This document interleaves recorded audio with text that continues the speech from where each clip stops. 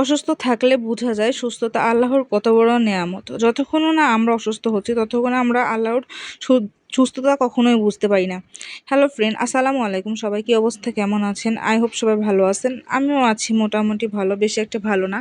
কারণ আমাকে যারা দেখেন তারা মোটামুটি সবাই জানেন কিছুদিন আগে আমার বড় ভাই, মানে আমার কাজিন, আমার খালাতো ভাই ইন্তেকাল করছে। তো আল্লাহ তাকে বেহেশতে নসিব করুক। তো তার জন্য আমার অনেক খারাপ লাগছিল। আর যেহেতু আমরা একসাথে সবাই বড় হয়েছি, এটার জন্য আমি ওইরকমভাবে কন্টিনিউয়াসলি কাজ করতে পারি নাই বা ভিডিও দিতে পারি নাই। তারপরেও আমি নিজে অনেকটা অসুস্থ ছিলাম আগে থেকে, এখন তো টোটালি অনেক বেশি অসুস্থ হয়ে গেছি। তো আজকে গেছিলাম একটু হসপিটালে যাওয়ার মধ্যে একটু রেস্টুরেন্টে বসছিলাম, গরমের মধ্যে আমি 1 কাপ কফি নিয়ে খাইছি। মানে গরম হোক আর ঠান্ডা হোক আর যেটাই হোক, আমার তো কফি বা চা লাগবেই, মাস্ট বি লাগবে। কারণ চা আর কফি ছাড়া আমি কোনো মতেই চলতে পারি না। মনে হয় কি যে আমার শরীরের মধ্যে এনার্জি নাই এরকমটা মনে হয়।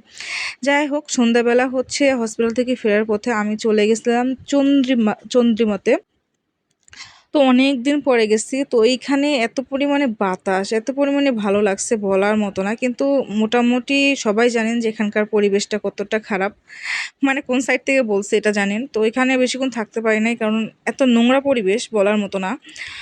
তো খুব বেশি গরম লাগতেছিল। তারপরে সামনে একটা আইসক্রিমওয়ালা মামাকে দেখলাম, দেন ওনার কাছ থেকে একটা আইসক্রিম নিলাম। তো আইসক্রিমটা নেওয়ার পর আমার সাথে যেটা হলো, ওটার জন্য আমি মোটেও প্রস্তুত ছিলাম না। কারণ আমি মোটামুটি ঢাকা শহরের সব জায়গায় এই আইসক্রিমটা খাই 50 টাকা করে, মানে 50 টাকার মধ্যে খুব ভালো একটা আইসক্রিম দেয়, আমি সব জায়গাতে খাই। তো ওই হিসাবে ওনার কাছ থেকে আইসক্রিমটা নিছি। আমি ওনার কাছে দামাদামিও করি নাই, বা কত টাকা হয়েছে বা না হয়েছে এগুলো কোনো কিছু জিজ্ঞেস করি নাই।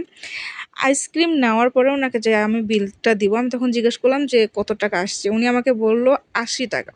ওনার কথাটা শুনে জাস্ট আমি হয়ে গেলাম, যেহেতু আমি রেগুলার আইসক্রিম 50 টাকা করে খাই। তো ওনাকে আমি জিজ্ঞেস করলাম যে আইসক্রিম কেন 80 টাকা, আমরা তো 50 টাকা করে খাই। তো উনি আমার সাথে এত পরিমাণে খারাপ ব্যবহার করছে বলার মতো না। তারপরেও আইসক্রিম পরিমাণ মতো খুবই কম দিছে। তো আপনারা যদি কখনো চন্দ্রিমাতে যান, তো অবশ্যই আপনারা কোনো কিছু কিনে খাওয়ার আগে দামাদামি করবেন বা জিজ্ঞেস করে নেবেন, না হলে এই অবস্থা আপনার সাথেও হবে। কারণ মানুষের কাছে তো ভাঙতি টাকা নাই থাকতে পারে। তো তখন যদি আমার কাছে 80 টাকা ভাঙতি না থাকতো, তাহলে তো আমি খুব বিপদে পড়ে যেতাম। আচ্ছা, যাই হোক, তারপরেও আমার একটু গলায় সমস্যা ছিল, আমার একটা সার্জারি হওয়ার কথা। তো আমি চিন্তা করতেছিলাম আইসক্রিম খাবো কি খাবো না।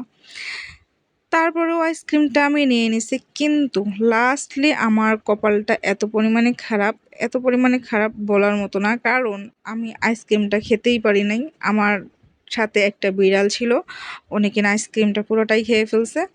তো শুধু মামার সাথে আমি ঝগড়া করলাম, কেন বিল বেশি নিচ্ছে আর কেন আমাকে আইসক্রিম কম দিছে, কিন্তু আমার আইসক্রিমটা খাওয়াই হয় নাই।